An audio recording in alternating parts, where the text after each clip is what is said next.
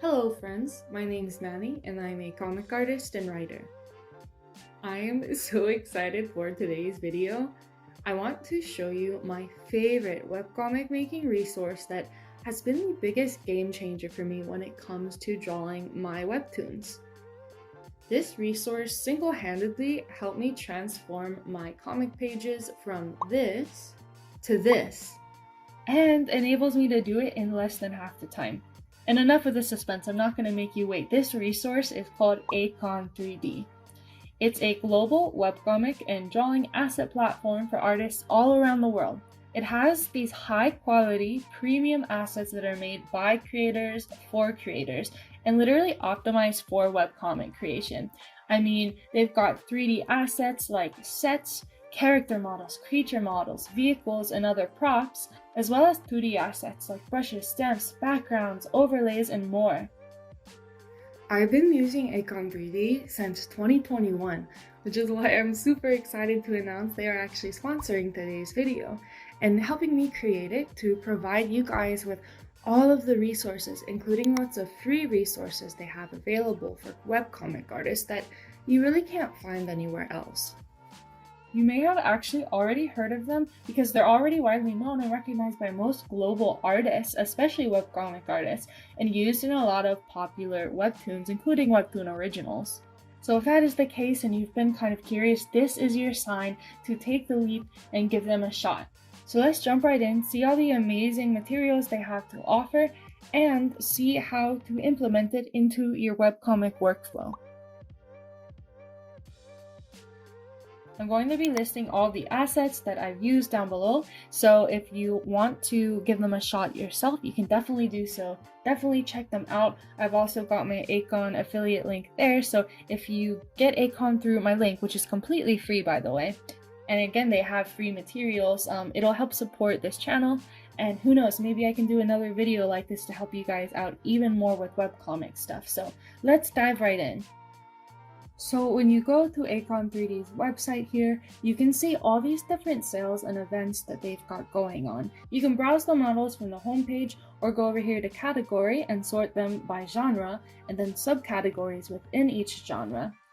As you can see, there's literally everything from fantasy and post-apocalyptic sci-fi to modern scenes for slice of life or even noir penthouse vibes. After clicking on a particular asset to take a closer look, they have a bunch of different pictures from different angles and in different lighting to really showcase the model so you can see what you're getting. A lot of times they'll also have these videos which walk you through the model, which is super helpful so that you know what you're getting when you are downloading these models. A lot of times toward the bottom, especially with the brushes, they will also have these demonstrations which show you how to use the brushes, which again, super helpful. You know exactly what you're getting and you know that it's going to be high quality.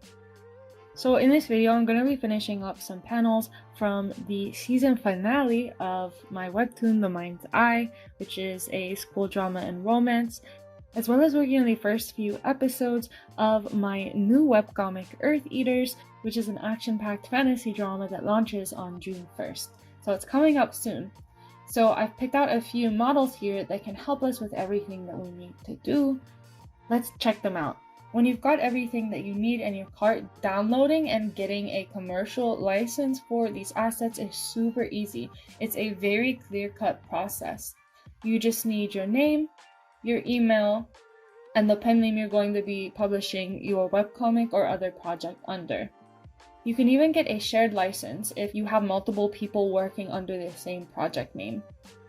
And since it's a license for commercial use, you can use it on free or monetized projects alike. And just like that, you have all these premium assets that you're ready to load into your favorite drawing program and start making your comics. As always, I'm going to be working in Clip Studio Paint, and again, ACON3D has a lot of assets that are optimized for Clip Studio. Once downloaded, you can simply unzip and double-click these Clip Studio files to open a new document, or you can literally just drag and drop them onto your canvas. It's like magic. From there, you can navigate and pose the model using Clip Studio's 3D interface. Probably the biggest game changer for my webcomic workflow in creating my action fantasy series Earth Eaters have been these dragon models, which serve as the basis for the elemental dragon in Earth Eaters. Sometimes I have to do paintovers, each elemental dragon has a different phenotype with different appendages that help them access and channel their powers. So of course I have to draw the different appendages, but these dragon models act as an excellent base as well as help with the texture of the scaly skin. There's no way I would be able to draw so many dragon in each and every scene without them.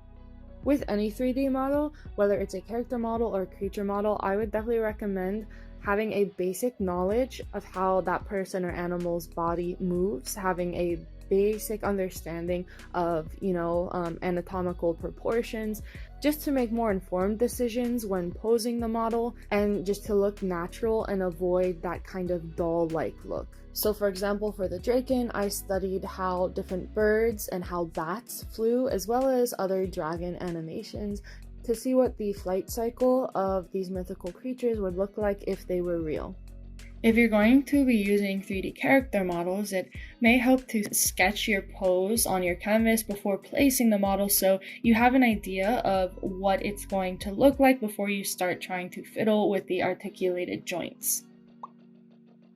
I knew nothing about 3D design when I first started making webcomics, but I was able to pick it up really quickly navigating the ACON3D models, and it's helped me get to the point where I can easily edit the models so that it can fit my needs better, and even to the point where I can build my own models from scratch if I need something really specific. Even still, I will typically use ACON3D models because there are just so many options, and again, all of them are so high quality.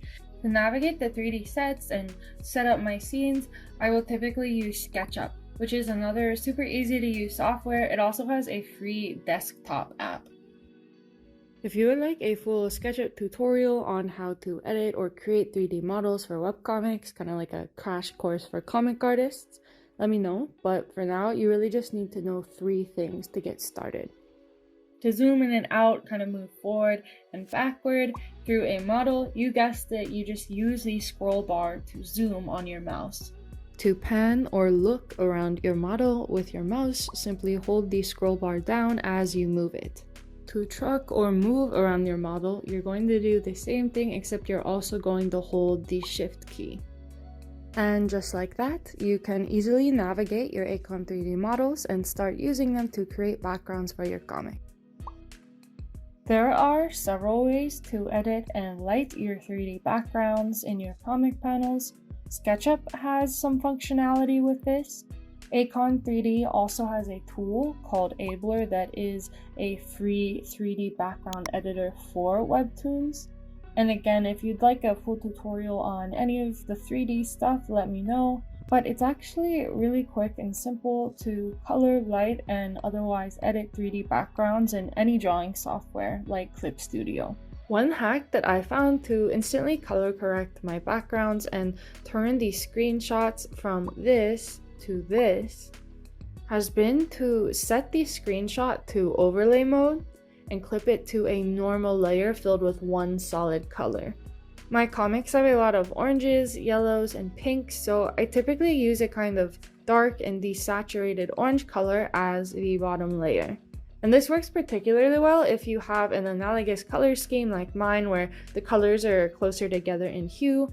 It might not work as well for color schemes with more contrasting hues, and in that case, another easy way to color correct your 3D model screenshot is to use an HSV slider to toggle the hue, saturation, and luminosity of the layer and kind of just play around with it till you see what fits well with your color scheme.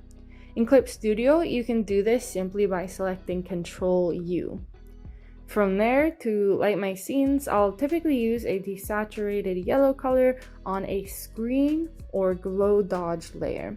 If it's direct sunlight, I'll use the glow dodge layer and I'll add in those dust motes or the floating dust particles you see when the light filters in through the window. It adds drama. And to add shadows, I will typically use a low value desaturated blue or purple color on a multiply layer. If you want your shadows a little darker with less saturation, you can also use the same like dark desaturated blue color on a linear burn mode. When you're doing this, the lasso and other selection tools are your friends. I then use a manual blur tool to feather down the edges of the light and shadow, and that is how I make a lot of my comic pages. So last but definitely not least, ACON3D brushes have been another huge lifesaver when it comes to making comics. Just like the other Clip Studio files, it's as easy as drag and drop. For the brushes, you just drag and drop the file into your desired subtool and it will automatically register. From there, you can use it as you would use any other brush. So let's look at this cartoon tools collection. I really like these comic tools, and again, these can be used across genres. So if you're going to try any of these models out, for sure at least try this one, as well as the free ones, which again I will link in the description box. But yeah, this one's less than $10 and it's got literally hundreds of assets inside. And I also like the fact that when you do purchase assets, it is supporting another creator. Brushes like these especially helped me out when I was doing the call to action competition for WEBTOON. Without ACON, I would not have been able to draw almost 150 panels in less than a month. As you probably know, comic artists have very tight production deadlines, and I really think using ACON can help you meet these tight deadlines as well as just make the comic production process more fun and easier overall. Personally, I think one of my favorite things is it allows me to focus on things like character art and the minute expressions and kind of just add more details to those panels than I could have if I had to worry about every single blade of grass in the distance. So that is ACON3D. I hope these brushes, models, and other assets are as helpful to you and your comic making workflow as they were to me. As I mentioned previously in the video, they even have tons of free high-quality assets to get you started here. These are just a few. So make sure to check out the links in the description for those, and if you do end up making an account, it would help out a ton if you did it through my affiliate link. But either way, thank you so much for all your support on this channel and for being patient with me the past few weeks as I've been working on finishing this video, working on another video I'm going to try to get out by the end of May, finishing the season finale of The Mind's Eye, and prepping for the launch of Earth Eaters on June 1st. Anyway, thank you again to ACON3D for sponsoring this video and enabling me to share all these helpful resources with you guys. And as always, thank you to my lovely patrons. I will see you guys next time.